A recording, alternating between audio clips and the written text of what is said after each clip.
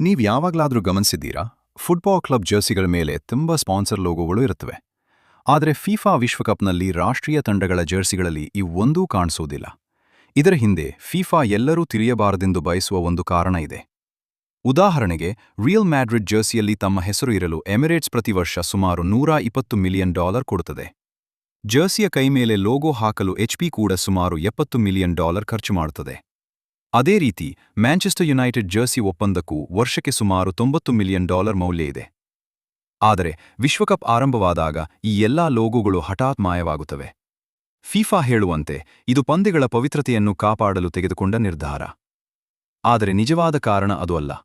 FIFA ತನ್ನ ಅಧಿಕೃತ ಸ್ಪಾನ್ಸರ್ಗಳಾದ Coca Cola, Adidas, Hyundai ಮುಂತಾದವರಿಗೆ ವಿಶೇಷ ಗ್ಲೋಬಲ್ ಹಕ್ಕುಗಳನ್ನು ಮಾರುತ್ತದೆ. ಟೂರ್ನಮೆಂಟ್ನಲ್ಲಿ ಬೇರೆ ಯಾರಿಗೂ ಜಾಹೀರಾತು ಮಾಡಲು ಅವಕಾಶ ಇಲ್ಲವೆಂದು ಫಿಫಾ ಖಚಿತಪಡಿಸುತ್ತದೆ. ಅದಕ್ಕಾಗಿಯೇ ಈ ಕಂಪನಿಗಳು ಕೋಟ್ಯಂತರ ಡಾಲರ್ ಹೂಡಿಕೆ ಮಾಡುತ್ತವೆ.